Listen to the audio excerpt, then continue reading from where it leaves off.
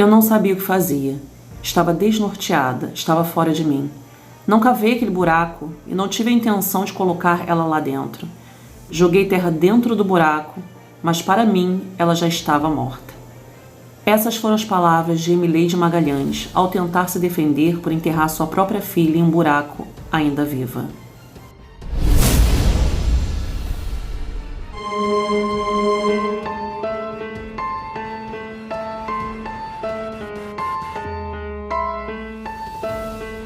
Sejam bem-vindos novamente ao nosso canal Serial Crimes. Para quem não me conhece, eu sou Daniele Vendramini e todas as sextas-feiras trago casos criminais, assim como esse, que despertam seu interesse e sentimentos inimagináveis.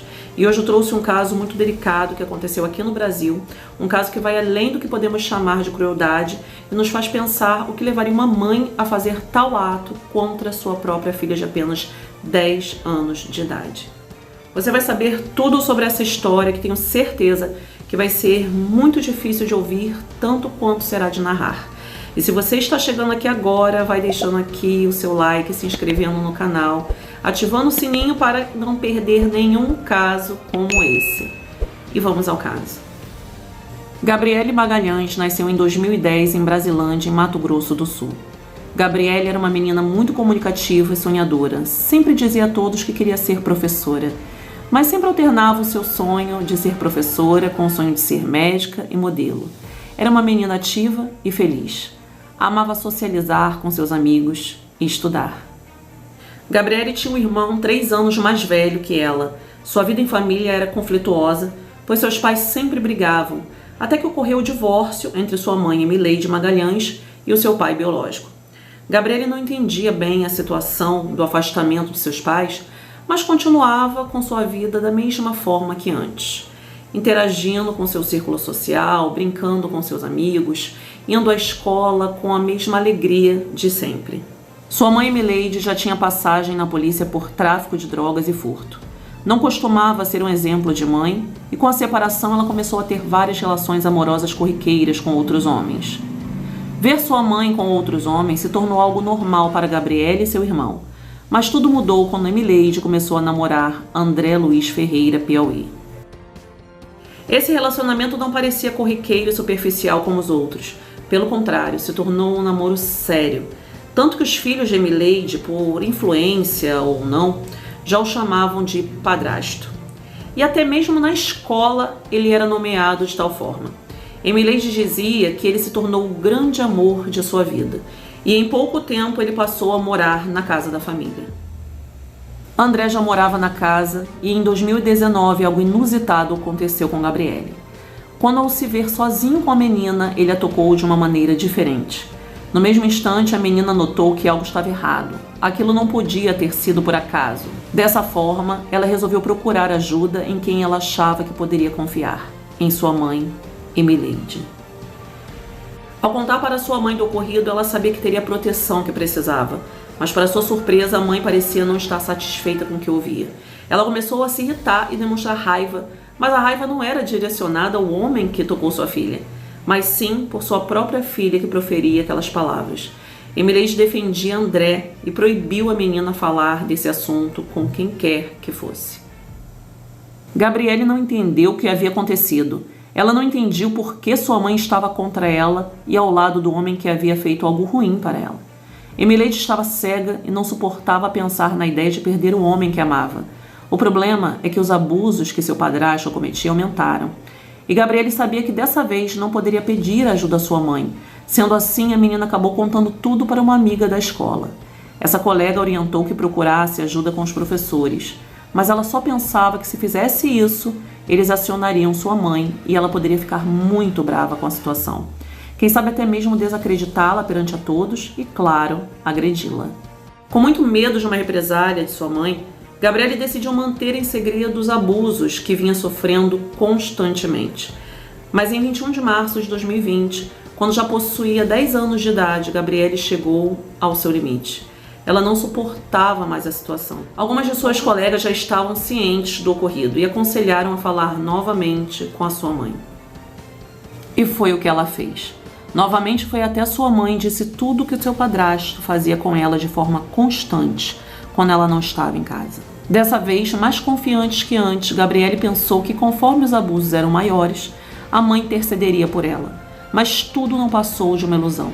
Emileide parecia não aceitar o que ouvia. Parecia cega para seu instinto materno. E avançou em Gabriele, dando-lhe uma surra que parecia querer despejar todo o seu ódio em cima da menina. Depois da surra, ela ameaçou sua filha, dizendo que a mataria se ela voltasse a falar nesse assunto novamente. No momento da briga, André Luiz dormia tranquilamente no quarto do casal.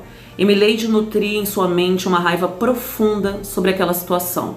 Para ela, André era um homem perfeito, trabalhador, carinhoso, que a satisfazia em todos os sentidos. E claro que todas as mulheres o desejavam. Mas agora sua filha parecia desejá-lo também e querer acabar com aquele relacionamento. Como sua filha poderia ser tão cruel ao ponto de inventar algo assim? Sua mente estava transtornada e insana. O irmão mais velho de Gabriele, que tinha 13 anos na época, chegou no momento da discussão entre as duas. Ele percebeu que sua mãe estava alcoolizada e isso a deixou ainda mais fora de si. Algumas horas depois do fim da discussão, Emileide chamou seus 2 filhos para sair e colocou os 2 dentro do carro. Ela parecia mais calma e com isso Gabriele pensou que a mãe tinha entendido a situação e agora elas conseguiriam conversar sobre o ocorrido. Conforme sua mãe dirigia pela estrada para fora da cidade, nenhum dos 2 perceberam que algo pudesse estar errado. Na verdade, o que se pensava é que naquele momento a mãe e a filha fariam as pazes, mas o que aconteceu foi totalmente diferente. Emileide, ao chegar no local planejado, começou a gritar com a sua filha, atirou à força do carro e avançou agressivamente na menina, que tentou fugir de sua mãe, mas logo foi pega brutalmente e começou a receber vários golpes da mãe. Em um determinado momento, Emileide utilizou um fio elétrico que estava jogado no chão para enforcar Gabriele, que perdeu a consciência por alguns minutos. Vendo que sua filha estava desacordada, ela obrigou seu irmão de 13 anos a ajudá-la com o corpo da menina. Eles arrastaram o corpo para perto de um lixão, onde era descartado todo o lixo daquela cidade, e jogaram a menina de cabeça para baixo em um buraco que tinha ali. Em seguida, Emileide ordenou que o filho começasse a ajudá-la a jogar terra para que o corpo fosse enterrado. Mas nesse momento, Gabriele retornou à consciência e começou a gritar por socorro. Além de sentir muita dor pelas pancadas que recebeu de sua mãe, ela começou a ter dificuldades para respirar. Estava de cabeça para baixo e ainda sentia a terra cobrindo o seu rosto. Ela precisava lutar por sua vida. Com isso, ela continuava gritando à espera de que alguma ajuda chegasse. Mas essa ajuda nunca chegou. Emileide e seu filho jogaram terra no buraco até que não se ouvisse mais os gritos de Gabriele.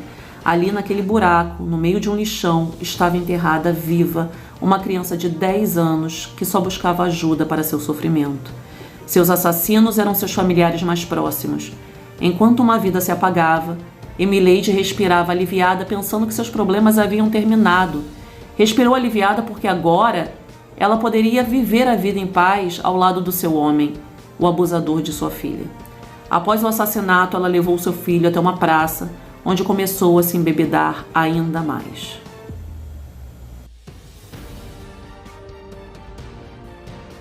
Investigações comprovaram que Emileide voltou umas 3 vezes ao local do crime para ter certeza de que a menina estivesse sem vida, e se ninguém havia encontrado o corpo ou testemunhado aquele crime.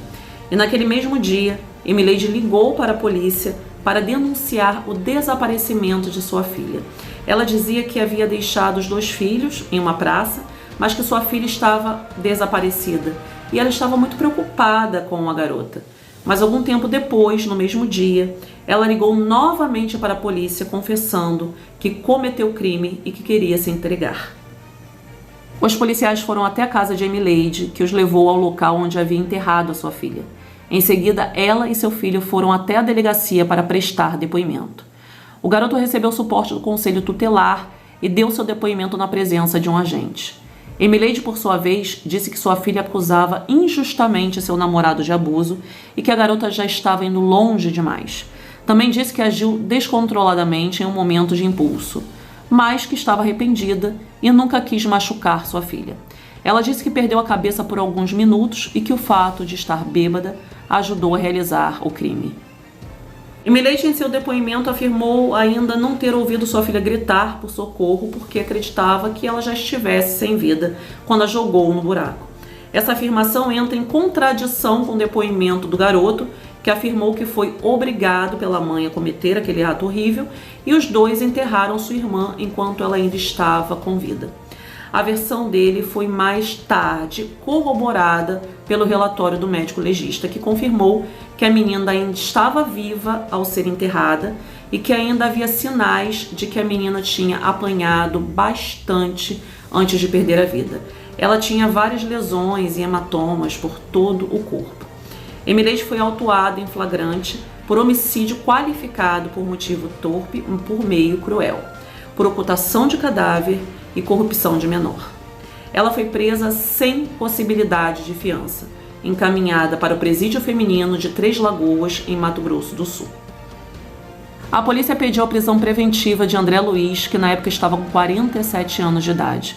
Ele foi apontado como suspeito de cometer os crimes de abuso de menores e passou a ser investigado por eventual participação no homicídio e ocultação de cadáver da vítima. O irmão de Gabriele, de 13 anos, foi apreendido e encaminhado para uma unidade educacional de internação. Quando o caso chegou ao conhecimento do público, causou total repercussão e revolta. Todo o país ficou sem acreditar no crime hediondo que havia ocorrido naquela pequena cidade. Um crime motivado pelo ciúme e na tentativa de acobertar um abusador dentro de sua própria casa, deixando sua filha sem nenhuma proteção e levando-a à morte de uma forma cruel. Em setembro de 2021, a Defensoria Pública que cuidava desse caso entrou com um pedido de incidente de insanidade mental na Justiça. O processo já estava em alegações finais, onde foram apresentados os argumentos finais de ambas as partes, quando a defesa ingressou com esse recurso. Mas o juiz Rogério Ursi Ventura negou o recurso por entender que não havia indícios suficientes que justificassem a instauração do incidente.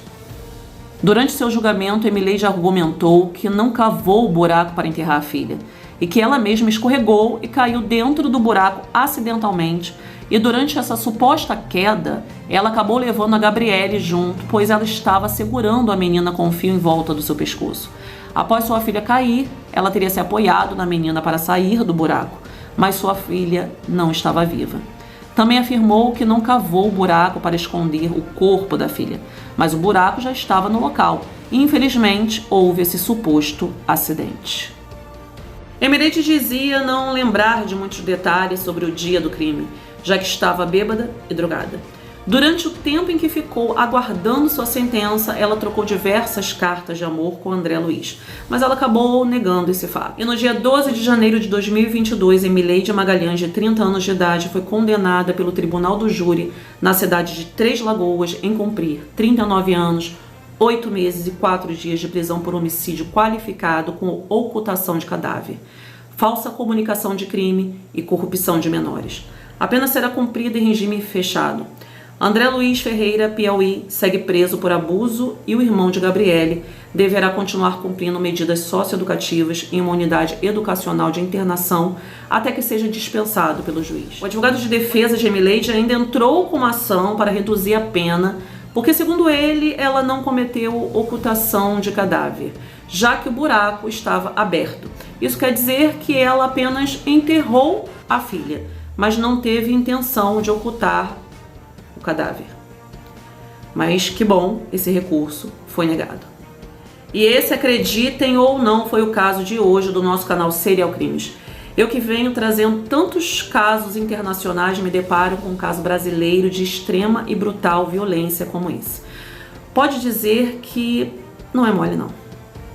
Dessa vez não dá nem para perguntar o que você, seguidor que acompanhou esse caso até o fim, achou do caso, pois como expressar nossa opinião diante da mais pura e fria maldade? Difícil demais colocar em palavras tanta indignação.